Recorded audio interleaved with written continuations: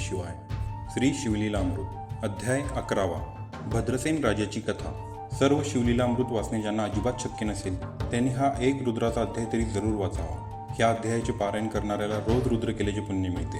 त्याच्या घरी नेहमी अतिशय आनंद भरलेला राहतो. ओम नमः शिवाय अशी प्रार्थना करून शिवलीलांचे अमृत प्राशन करताना सर्व भक्तांना अतिशय आनंद प्राप्त होत असतो. म्हणून जे नर शिवपूजनात दंग होऊन राहत असतात ते नरश्रेष्ठ होत असतात. आणि शिवपूजनामध्ये रुद्राक्षाचे आगळेवेगळे असे महत्त्व आहे. कारण जो कोणी 1000 रुद्राक्ष शरीरावर धारण करतो तो स्वतः शंकरूप होत असतो. त्याच्या केवळ दर्शनानेही अनेक जण तरतात. 16 रुद्राक्ष नेहमी हातात बांधावे. एक रुद्राक्ष जटेत बांधावा आणि त्यावरून रोज स्नान करावे. म्हणजे त्या व्यक्तीला त्रिवेणी संगमात स्नान केल्याचे पुण्य मिळते. 12 रुद्राक्ष आपल्या हाताच्या मनगटावर बांधावे. गळ्यात 32 रुद्राक्ष बांधावे. जटेभोवती 24 व 6 रुद्राक्ष कानात बांधावे. म्हणजे तो नर संपूर्ण निर्दोष असतो. 108 रुद्राक्षांची माळ नेहमी गळ्यात घालावी. एकमुखी रुद्राक्षाची मनोभावे नित्य पूजा करणारा अतिशय भाग्यवान होतो. पंचमुख, 6 मुख, 8 मुख, 14 मुख असलेला रुद्राक्ष लक्ष्मी देणारा असतो. रुद्राक्ष मण्याने रोजच्या रोज तप केलेला प्रत्येक मंत्र यशस्वी होतो. अशा भगवान शंकराच्या आवडत्या रुद्राक्षांचा महिमा फार मोठा आहे. सुंदर, पतिव्रता, गोड बोलणारी स्त्री जर पूर्वजन्मीचे पुण्य असेल तरच एखाद्या व्यक्तीला पत्नी म्हणून लाभते. श्रीमंत, विद्वान आणि गुणी मुलगा पूर्वजन्मीचा पुण्यसंचय असेल तरच प्राप्त होतो. तसेच सर्वज्ञानी, कृपावंत, तपाचरणी आणि शिवभक्त, गुरुवर अढळ निष्ठा व श्रद्धा ठेवणारा उदार असा शिष्य आणि क्षमाशील असणारा पुढारी हे सारे नेहमी पूर्वपुण्यानेच लाभत असतात. सांगणाऱ्याकडे पूर्ण लक्ष देऊन ऐकणारा श्रोता, उदार असा यजमान, कुलीन व श्रेष्ठ घराण्यात जन्म, सुंदर, सुडौल आणि आरोग्यसंपन्न शरीर पूर्वपुण्यानेच प्राप्त होत असते. असो, फार वर्षापूर्वी काश्मीरमध्ये भद्रसेन नावाचा एक राजा राज्य करीत होता. त्याच्या दरबारामध्ये एक अतिशय हुशार व चतुर प्रधान होता. राजा व प्रधान दोघेही अतिशय सद्गुणी होते. दोघांचीही भगवान शंकरावर अतिशय भक्ती होती, श्रद्धा होती. भद्रसेन राजाला आणि प्रधानाला शंकराची आराधना केल्यानंतरच पुत्र झाले. राजपुत्राचे नाव होते सुधर्म आणि प्रधानपुत्राचे नाव होते तारक. दोघेही बालपणापासूनच आपल्या वडिलांप्रमाणे शिवभक्त होते. त्यामुळेच ते एकमेकांचे मित्र बनले. लहानपणापासून त्यांची वैराग्यवृत्ती दिसून येत होती. दोघेही कुमार 5 वर्षाचे. त्याच्या माता आणि दासदासी त्यांना उत्तम वस्त्रे नेसवत असत. तऱ्हेतऱ्हेचे अलंकार घालत, अत्तरे लावित असत. पण हे दोन्ही सुकुमार ते सर्व काढून फेकून देत आणि आपल्या सर्व अंगाला भस्म फासून रुद्राक्षाच्या माळा गळ्यात घालीत असत. एका बाजूला एकांतात एकटे बसून शिवस्मरण करणे त्यांना फार आवडत असे. प्रधान आणि राजा हे दोघेही आपल्या मुलांचे हे असे वागणे पाहून फार आश्चर्यचकित होत. त्यांना वस्त्रे, आभरणे का आवडत नाहीत हे त्यांना काही केले समजेना. त्यांच्या अंगाची भस्म पुसून त्यांना चांगली वस्त्रे बळेबळेच नेसवली. अनेक उत्तम असे दागदागिने घातले. तर हे कुमार ते सर्व आपल्या अंगावरून उतरून ब्राह्मणांना दान करून टाकीत असत. राजाने दोघांना शिक्षा करून पाहिले, मारून पाहिले. दोघांना एकमेकापासून दूर ठेवले. पण दोघे आपले व्रत सोडत नसत. शिवस्मरण सतत चालू ठेवत असत. राजा आणि प्रधान दोघेही अतिशय चिंतातूर झाले होते. एके दिवशी पराशर ऋषी आपल्या सर्व गोतावळ्यासह काश्मीरला आले. पराशर ऋषी हे ज्ञानाने खूप श्रेष्ठ होते. त्रिकाल ज्ञानी असे होते. ते श्रेष्ठ अशा वशिष्ठ मुनींचे नातू होते. त्यांच्या काळात यज्ञकार्यात राक्षस अडथळे आणीत. त्यांनी राक्षस सत्र केले होते. पूर्वी ज्याप्रमाणे माणसे सर्वत्र वावरतात त्याप्रमाणे सगळीकडे मोठ्या प्रमाणात राक्षस वावरत होते. त्यांच्या सान्निध्यात आलेल्या सर्व प्राणीमात्रांना त्रास देत होते. म्हणून यज्ञ करून पराशर ऋषींनी सर्व राक्षसांचा नाश केला. जनमेजय राजाने सर्पयज्ञ चालवला असताना ज्याप्रमाणे आस्तिक ऋषींनी मध्ये पडून तो थांबवला आणि सर्व सर्पकुळाचा नाश होऊ दिला नाही, त्याप्रमाणे पुलस्ती मुनी पराशर ऋषींच्या राक्षस सत्रामध्ये मध्ये पडले. म्हणून पराशर ऋषींचा राक्षस यज्ञ थांबला. त्यामुळे रावण, कुंभकर्ण वगैरे सारेच राक्षस वाचले. ब्रह्मदेवावर राग करून जेव्हा विश्वामित्रांनी आपली प्रतिसृष्टी निर्माण केली होती तेव्हा पराशर ऋषींनी त्या बलाढ्य प्रतिस्पर्ध्याला अतिशय जर्जर केले होते. असे हे श्रेष्ठ ऋषी आता भद्रसेनाच्या राज्यात आले होते. पराशर ऋषींचा नातू शवयोगेंद्र भद्रसेन राजाचा कुलगुरू होता. ऋषी आपल्या नगरीत आल्याची बातमी कळताच राजा व प्रधान धावत त्यांना सामोरे गेले. ऋषींची यथासांग पूजा करून सर्वांना वस्त्रालंकार देऊन मोठ्या मनाने त्यांना आपल्या घरात घेऊन आले. नंतर राजाने पराशर ऋषींना नमस्कार केला व म्हटले, मुनिराज, आमचे हे दोन्ही पुत्र या वयात एकदम विरक्त झाले आहेत. त्यांना चांगले अलंकार आवडत नाहीत. रुद्राक्ष आणि भस्मलेपन मात्र अतिशय आवडते. ते दोघे नेहमी एकांतात बसतात. दांडगाई अजिबात करीत नाहीत. राजविलास त्या दोघांनाही आवडत नाही. हत्तीच्या सजवलेल्या सुंदर अशा अंबारीत ऐटीत बसायला आवडत नाही. अशा तऱ्हेने विरक्तीने शिवभक्ती केली तर मग आमच्यानंतर पुढे राज्य कसे करतील याची आम्हाला फार काळजी पडली आहे. तेवढ्यात राजा आणि प्रधानांचे ते दोन्ही कुमार तेथे आले. पराशर गुरूंनी त्यांच्याकडे एकटक लावून पाहिले. तळपणाऱ्या चंद्रसूर्याप्रमाणे ते दोघे खूप तेजस्वी दिसत होते. पराशर ऋषींनी दोघांना आपल्या जवळ घेतले आणि ते राजाला म्हणाले, हे दोघे असे विरक्त आणि शिवभक्त का आहेत हे तुला सांगतो, ते तू ऐक. फार वर्षापूर्वी या काश्मीर देशातच नंदीग्राम नावाचे एक फार मोठे शहर होते. त्या नगरात महानंदा नावाची एक वेश्या राहत होती. महानंदा दिसायला अतिशय सुंदर होती. प्रत्यक्ष मदनसुद्धा तिला पाहून वेडावेल अशी तिची काया खूप नाजूक आणि अतिशय डौलदार होती. तिची आई आणि भाऊ असे दोघेजण तिच्याजवळ राहत असत. तिची हिरे माणके लावून बनवलेली शय्या, सुंदर सजवलेला पलंग, त्यावर अत्यंत मुलायम राजशय्या, चंद्राच्या किरणांसारखा अतिशय शीतल प्रकाश त्यावर सांडलेला अशी सुंदर होती. तिचे गोठे गायीगुरांनी गच्च भरले होते. दारात उत्तम प्रतीचे हत्ती झुलत होते. तिच्या गायनाने किन्नर सुद्धा थक्क होऊन स्वस्थ बसत. तिची नृत्यकला पाहून सर्व राजे माना डोलावून तिला दाद देत असत. तिच्याशी एकदा तरी रतिक्रीडा करायला मिळावी, तिचा सहवास थोडासा वेळ का होईना पण मिळावा, यासाठी मोठमोठे राजे लोक तिच्या दारी तिष्ठत बसत असत. महानंदा वेश्या असूनही अतिशय पतिव्रता वृत्तीची होती. एकदा का तिने एका पुरुषाला शब्द दिला की त्याचा तो एक दिवस पुरा होईपर्यंत ती प्रत्यक्ष इंद्रालाही वश होणे शक्य होत नसे. भगवान शंकराची ती निस्सीम भक्त होती. तिचा स्वभाव अतिशय दानशूर होता आणि खूप खूप उदार असा होता. सोमवार, प्रदोष, शिवरात्र ही व्रते ती नेहमी मनापासून नियमितपणे करीत असे. ती आपल्या घरी अन्नछत्र चालवित असे. रोज लक्ष बिल्वपत्रांनी ती शंकराची पूजा करीत असे. ब्राह्मणाकडून शंकरावर अभिषेक करीत असे. दारी आलेला याचक जे काही मागेल ते महानंदा त्याला देत असे. श्रावण मासात कोटीलिंगे करून घेत असे. या महानंदेने आपल्या घरी एक कोंबडा आणि माकड पाळले होते. त्यांच्या गळ्यात सुद्धा रुद्राक्षमाळा घालून ती नृत्य करायला शिकवित असे. तिची जी नृत्यशाळा केलेली होती त्यात तिने सुंदर असे शिवलिंग स्थापन केले होते. या दोघांना ती नेहमी शिवासमोरच बांधून ठेवत असे. ब्राह्मण पुराण सांगत त्यावेळी हे दोघेजण लक्ष देऊन ऐकत असत. मग त्यानंतर महानंदा त्या दोघांना सोडून देत असे. आपण स्वतः भान हरपून शंकरासमोर नृत्य करीत असे आणि कुक्कुट मरकट या दोघांनाही कौतुकाने नाचायला लावत असे. त्यांच्या दोघांच्याही गळ्यावर, कपाळावरती प्रेमाने नित्य नियमितपणे भस्म अर्चित असे. याप्रमाणे महानंदेबरोबर या दोन्ही प्राण्यांना आपोआप शुभजन घडत होते. एक दिवस सदाशिव स्वतः महानंदेचे तत्व बघण्यासाठी, तिच्या पतिव्रतेची परीक्षा घेण्यासाठी नंदीग्राम गावी आले. यासाठी त्यांनी रूप बदलले आणि सौदागराचा वेश धारण करून शंकर महानंदेच्या घरी गेले. सौदागराच्या रूपातील शंकराचे रूप पाहून महानंदा अगदी पार वेडावली. तिने सौदागराला घरात बोलवले. सौदागराची आदराने चौकशी करून तिने त्याला आपल्या मंचकावर अतिशय प्रेमाने हात धरून बसवले. सौदागराच्या एका हातात एक अतिशय बहुमूल्य व सुंदर असे रत्नकंकण होते. ते इतके तेजस्वी होते की ही वस्तू पृथ्वीवर तयार झालेली नाही हे कोणीही पाहणाऱ्याच्या लक्षात येत होते. महानंदा त्या कंकणाकडे पाहत होती. तिच्या मनातील ही भावना बरोबर ओळखून सौदागर रूपी शंकराने ते कंकण काढून तिच्या हातात घातले. त्याबरोबर ती अतिशय आश्चर्य व हर्ष झाल्याने म्हणाली, तुम्ही मला हे पृथ्वी मोलाचे कंकण दिले आहे. मी ही 32 लक्षिणी पद्मिनी आहे. मी तुमचा 3 दिवसासाठी स्वीकार केला आहे. आता 3 दिवस मी फक्त तुमचीच आहे. तुम्ही असेपर्यंतचे 3 दिवस मी अन्य कोणाकडेही अजिबात लक्ष न देता पतिव्रते सांभाळीन. सौदागर तिला हो म्हणाला. मग त्याने आपल्याजवळील तेजस्वी दिव्यलिंग काढले व समोर ठेवले. ते लिंग पाहताच जय जय चंद्रमौळी असे म्हणत महानंदा भजनात, पूजनात व स्मरणात रंगून गेली. या लिंगावरून अशी कोटी कोटी कंकणे वळवून टाकावीत असे तिला वाटले. सौदागर तिला म्हणाला, महानंदे, हे लिंग म्हणजे माझा प्राण आहे. तेव्हा तू हे अतिशय सांभाळले पाहिजेस. जर हे भंगले किंवा जळाले तर मी अग्निप्रवेश करीन. तेव्हा हे तू अतिशय नीट जपून ठेव. महानंदेने अतिशय काळजीपूर्वक आपल्या नृत्यशाळेत सौदागराचे दिव्य असे लिंग नेऊन ठेवले आणि ती अत्यंत लाडीवाळपणे सौदागराला म्हणाली, स्वामी, 3 दिवस जसे आपल्यासाठी ह्या शरीराचे आरक्षण केले तसेच हे दिव्यलिंग अगदी सुरक्षित ठिकाणी ठेवी. हे पहा, माझ्या नृत्यशाळेत येथे माझे रक्षक कुक्कुट व मरकट आहेत. ते सांभाळतील हे लिंग. सौदागर आणि महानंदा दोघे मंचकावर झोपले. तेवढ्यात तिची परीक्षा पाहण्यासाठी शंकराने अग्नीला महानंदेच्या नृत्यशाळेत आग लावण्याची आज्ञा दिली. नृत्यशाळेला आग लागली. सगळीकडे आग आग आग अशी आरडाओरडा सुरू झाली. धावपळ सुरू झाली. शेजारचे लोक धावत पळत नृत्यशाळेपाशी येऊ लागले. सौदागराने अत्यंत सुखात गाढ झोपलेल्या महानंदेला हलवून उठवले व सांगितले, महानंदे, जागी हो. आपल्या घरात कुठेतरी आग लागली आहे. महानंदा जागी झाली. पाहते तो आपल्या घरातूनच आगीच्या ज्वाळा निघत आहेत. तिने पाहिले आपल्या नृत्यशाळेलाच आग लागली आहे हे तिच्या लक्षात आले. तशा आगीत ती नृत्यशाळेच्या आत शिरली. कोंबडा आणि माकडे यांची दोर सोडली. त्याबरोबर ते पटकन रानात पळून गेले. अग्नीने ती नृत्यशाळा पूर्णपणे जाळून टाकली आणि मगच तो शांत झाला. सौदागराने महानंदेला विचारले, महानंदे, माझे दिव्यलिंग सुरक्षित आहे ना?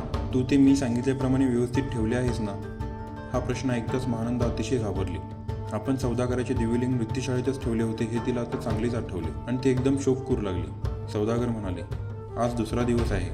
माझे आत्मलिंग जळून भस्म झाले आणि मी आधीच तुला सांगितले होते की जर या लिंगाला काही झाले तर मी अग्नीमध्ये प्रवेश करीन. आता तुझ्या चुकीकरता मी प्राण देतो. असे म्हणून त्याने गावाबाहेर मोठी चिता पेटवली. धडधडून पेटलेल्या अग्नीला प्रदक्षिणा घातल्या आणि ओम नमः शिवाय असे म्हणून सौदागर रूपी शंकराने अग्नीत उडी टाकली. महानंदा अतिशय व्यथित अंतकरणाने सर्व पाहत होती. सौदागराने अग्नीत उडी टाकल्यावर तिने मनात निश्चय केला की मी 3 दिवसांसाठी या सौदागराला स्वीकारले होते. म्हणजे या 3 दिवसासाठी मी त्याची पत्नीच होते, तेव्हा पती निधनानंतर पत्नीने सहगमन करावे हा शास्त्रार्थ आहे. असा विचार करून मग गावातील ब्राह्मणांना आपली सर्व संपत्ती दान केली. अश्वशाळा, हत्तीशाळा, घर इत्यादी सर्वांचे सुद्धा दान केले. मग स्नान करून महानंदीने आपल्या सर्वांगावर भस्म लावले. रुद्राक्षांच्या माळा हातात गळ्यात घातल्या. हर हर साम सदाशिव या नावाचे ध्यान करीत तिनेही त्या अग्नीत उडी टाकली. अशा रीतीने महानंदा सौदागराबरोबर सती गेली. त्याबरोबर इतका वेळ धडाडणारा अग्नी एकदम शांत झाला आणि क्षितिजावर एखादा सूर्य उगवावा तसे भगवान शंकर त्या अग्नीमधून प्रकट झाले. मस्तकावर धारण केलेला जटांचा भार, कपाळावरचा तिसरा नेत्र लाल लाल होऊन चमकणारा, माथ्यावर धारण केलेले अतिशय शीतल असे गंगेचे झुळझुळ वाहणारे पाणी, मस्तकावर विलासणारी शांतपणे प्रकाशणारी चंद्राची कोर, निळकंठ, हातात नेहमीचाच त्रिशूळ, सर्वांगावर भस्माचे लेपन, वाघाची कातडी नेसून हत्तीचे कातडे आपल्या अंगावर पांघरून म्हणून घेतलेले, गळ्यात असंख्य नरमुंडाचे हार घातलेले, सर्वांगावर साप खेळवणारे अतिशय तेजस्वी शंकर अग्नीतून बाहेर आले आणि आपल्या 10 हातांनी त्यांनी अग्नीमध्ये उडी टाकलेल्या महानंदीला चेंडूप्रमाणे अगदी वरचेवर झेलले. भगवान शंकर महानंदीला म्हणाले, महानंदे, सौदागराच्या रूपाने मीच तुझी परीक्षा घेतली. तू त्यात पूर्ण खरी उतरलीस. तुझी पतिवृत्ती आणि तुझी माझ्यावरची भक्ती यावर मी प्रसन्न झाला आहे. तेव्हा हवे ते माग. तेव्हा महानंदा म्हणाली, महादेवा, या सर्व नंदीग्राम नगराचा आपण उद्धार करा आणि मला आपल्या पायाजवळ कायमचे स्थान द्या. शंकरांनी तिला तथास्तु म्हटले व तिला शिवलोकी नेण्यासाठी आपले शिवगणांनी युक्त असे दिव्य विमान त्याच ठिकाणी बोलावून घेतले. मग नगरातील सर्व प्राणीमात्रांसह आई आणि भाऊ यांना बरोबर घेऊन महानंदा विमानात बसली. अशा तऱ्हेने नंदीग्राम गावातील त्या सर्वांना शिवचरणाची प्राप्ती महानंदेमुळे झाली. जेथे कधी कोणता रोग नाही, कसलेही दुःख नाही, तहानभूक सुद्धा लागत नाही, काम, क्रोध, द्वंद्व, दुःख यांची जाच नाही. साधे पाणी अमृतासारखे अतिशय गोड असते. जेथे इच्छेला येईल त्याचा लाभ होतो. अशा कधीही नाश न पावणाऱ्या ठिकाणी सती पतिव्रता अशा महानंदीला स्थान मिळाले. महानंदीची गोष्ट ऐकून भद्रसेन राजा म्हणाला, हे मुनिवर, आपण मला महानंदीची गोष्ट सांगितली हे चांगले झाले, पण आमच्या या मुलांच्या वागण्याबद्दल नाही सांगितले काही. पराशर ऋषी गोष्ट सांगता सांगता म्हणाले, राजा भद्रसेना, हे तुमचे 2 पुत्र म्हणजे मागच्या जन्मीची महानंदीने पाळलेले कुक्कुट व माकड आहेत. त्यांनी त्या जन्मी केलेल्या शिवपूजनामुळे त्यांना राजपुत्र आणि प्रधानपुत्र असे उत्तम जन्म मिळाले आहेत. हे पुढे न्यायाने खूप वर्षे राज्य करतील, प्रजेला शिवभजनास लावतील, तुमचा उद्धार करतील. हे ऐकल्यावर राजा व प्रधान दोघेही पराशर ऋषींना भक्तिपूर्वक साष्टांग नमस्कार घालून म्हणाले, गुरुदेव, आम्ही धन्य झालो आहोत. अशा सुपुत्रांचे आम्ही जनक आहोत याचा आम्हाला खरोखरीच अभिमान वाटतो. आपण त्यांच्या मागील जन्मीची कथा आम्हाला ऐकवली, पण त्यांचं भविष्यकाळ काय आहे, हे पुढे किती वर्षे राज्य करतील, त्यांचे आयुष्य किती आहे, हे कृपा करून आम्हाला सांगावे. आम्हाला हे एकुलते एक पुत्र असल्याने आमचा सगळा जीव यांच्यात गुंतलेला आहे. मग पुन्हा एकदा पराशर ऋषी थोडा वेळ ध्यान लावून स्वस्थ बसले. ऋषींना असे बसलेले पाहून राजा म्हणाला, ऋषीवर, आपण शांत का? काय आहे आमच्या मुलांचे भविष्य? जे असेल ते ऐकण्याची तयारी आहे. नंतर गंभीर आवाजात पराशर ऋषी म्हणाले, राजा, मी सांगतो ते ऐकून तू व ही सर्व सभा लगेच दुःखावरात बुडून जा. त्याची मला पूर्ण कल्पना आहे, पण मला कळणारी सत्य गोष्ट सांगणे मला भाग आहे. खोटे सांगितले तर माझ्या ज्ञानास कमीपणा येईल व माझ्या साधनेस दोष लागेल, म्हणून मला सत्य तेच सांगितले पाहिजे. ऋषीवर्य, आपण आम्हाला स्पष्ट सांगावे अशी आमची विनंती आहे. भद्रसेन राजा म्हणाला, राजा, तुझ्या मुलाला आत्ता 12 वर्षे पूर्ण झाली आहेत आणि त्याच्या विधिलिखिताप्रमाणे आजपासून 7व्या दिवशी याच वेळेला तो मरण पावेल. पराशर ऋषी उद्गारले. हे वचन ऐकताच राजा भद्रसेन बेशुद्ध पडला. सर्वांची अंतकरणे शोकाने अतिशय विदीर्ण झाली.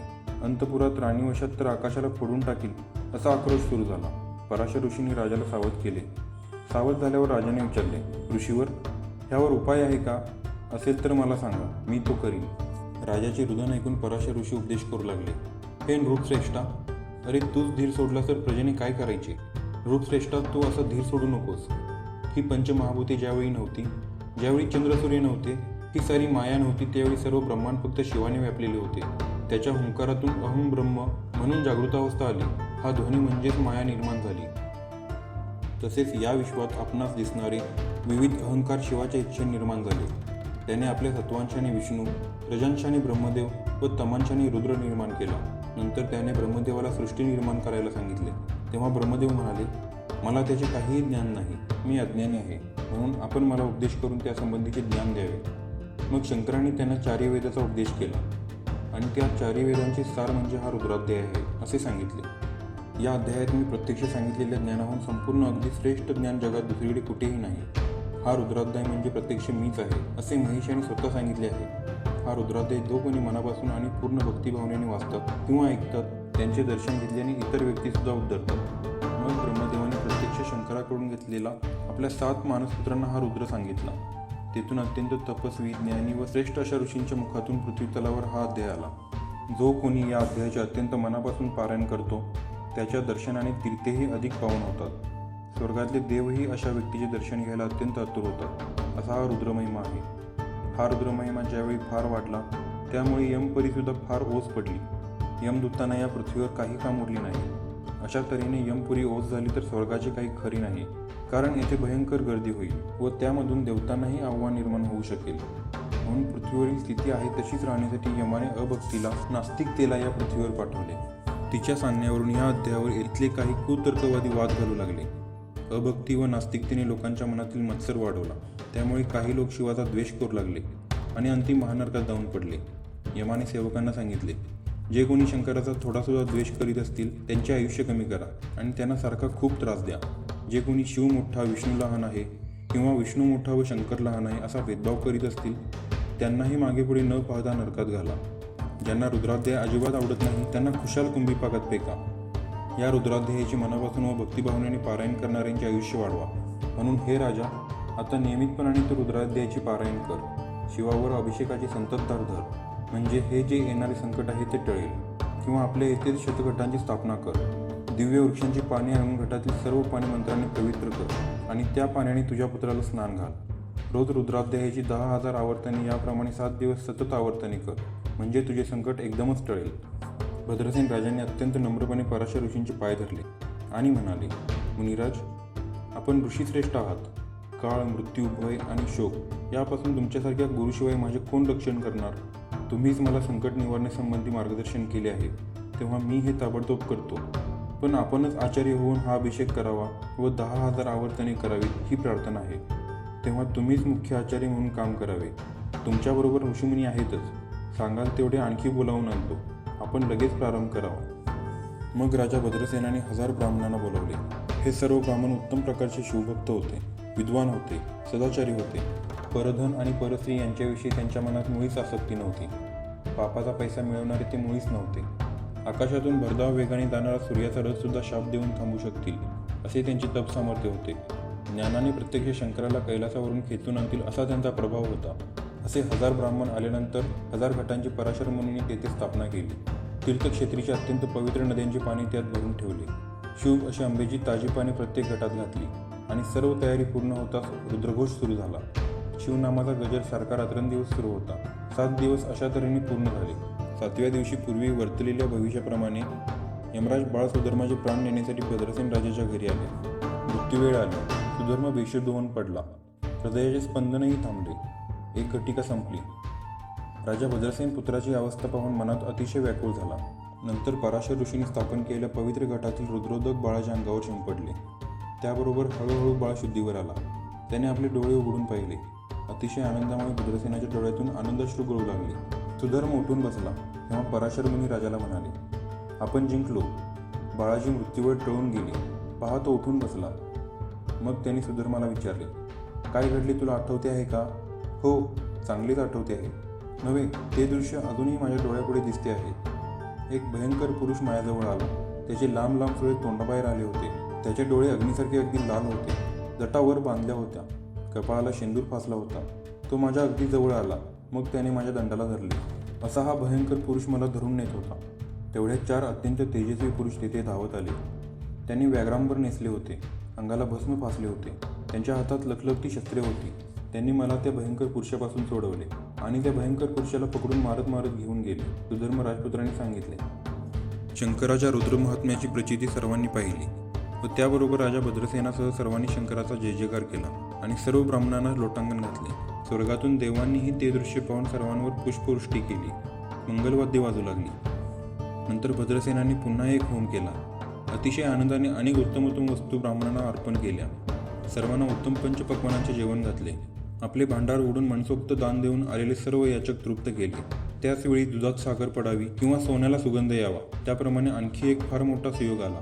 देवर्षी नारद त्यावेळी अचानक आपण होऊन मंडपात अवतरले. त्यांना तेथे आलेले बघताच कुंडातून प्रत्यक्ष अग्नी त्यांच्या दर्शनासाठी बाहेर आला. पराशर ऋषी, भद्रसेन राजा यांच्यासह सर्वांनी नारद मुनींना अत्यंत आदराने नमस्कार केला. राजाने व सर्वांनी नारद मुनींची षोडशोपचारी पूजा केली. नारद मुनी म्हणाले, मी स्वर्गातून पृथ्वीवर येता येता वाटेमध्ये शंकराचे 4 दूत पाहिले. मृत्यूला ते बांधून आपल्याबरोबर नेत होते. मी चौकशी केली तेव्हा मला समजले की राजा, तुझ्या पुत्राचे मरण चुकले आहे. रुद्रानुष्ठाने करून तू फार फार धन्य झाला आहेस. तुझ्या पुत्राच्या रक्षणासाठी शिवाने वीरभद्राला पाठवले होते. माझ्या देखतच त्याने स्वतः मृत्यूला विचारले, कोणाच्या आज्ञेने तू भद्रसेन राजाच्या मुलाचे प्राण आणलेस? त्याला तर आणखी 10,000 वर्षाचे आयुष्य आहे. तो सार्वभौम राजा होईल. शिवमहिमा तुला ठाऊक आहे ना? मग तू तुझी मर्यादा सोडून अशा प्रकारे का वागलास? तेव्हा मृत्यूने उत्तर दिले, क्षमा करावी मला महाराज, पण मी नेहमीप्रमाणे आपल्याकडे असलेली महाराज भद्रसेनाची पत्रिका वाचून पाहिली. त्यामध्ये स्पष्टपणे 12व्या वर्षी त्याला गंडांतर होते. ते माझ्या प्रत्यक्षच पाहण्यात आले होते. म्हणून माझ्या हातून हा अपराध झाला. मग त्याच्या हातून घडलेल्या या अपराधामुळे अत्यंत कष्टी झालेल्या यमाने शंकराचे स्तवन केले आणि न कळत आपल्या हातून अपराध झाला, त्याबद्दल क्षमा करावी असे पुन्हा पुन्हा विनवले. नारदाचे अशा तऱ्हेचे बोलणे ऐकून भद्रसेन राजाने अत्यंत लीनतेने व भक्तिभावाने पुन्हा लोटांगण घातले. मुलाचा मृत्यू टळल्याच्या झालेल्या अतिशय आनंद प्रित्यार्थ आणखी 1000 रुद्र करून मोठा उत्सव केला. अशा तऱ्हेने 100 रुद्र केले की तो पुरुष शतायुष्य होतो आणि हा रुद्र महात्माचा अध्याय वाचला की तो माणूस शिवरूप होऊन जातो. तो येथेच जन्ममरणाच्या फेऱ्यातून मुक्त होतो. नंतर नारद मुनी गुप्त झाले. भद्रसेन राजाने अपार दक्षिणा देऊन आपल्या गुरुला संतुष्ट केले. नंतर अत्यंत आदराने त्यांना निरोप दिला. हे आख्यान जे वाचतील त्यांना अतिशय दीर्घायुषी, उत्तम व सद्गुणी संतती लाभेल. ब्राह्मणांना 1000 गायी दान केल्याचे पुण्य हा अध्याय वाचला म्हणजे त्या माणसाला मिळेल. महापापे चटकन नाहीशी होतील. हा अध्याय त्रिकाळ वाचला तर त्याच्यावर आलेली महाभयानक गंडांतरे दूर होतील. या कलियुगात तर शिवकीर्तनाचा महिमा विशेष मोठा आहे. पुढे भद्रसेन राजाने सुधर्म पुत्राला आपले राज्य दिले. तारकाला राजाचे प्रधानपद दिले आणि प्रधानासह राजा वानप्रस्थाश्रमाचा स्वीकार करून तप करण्यासाठी वनात निघून गेला.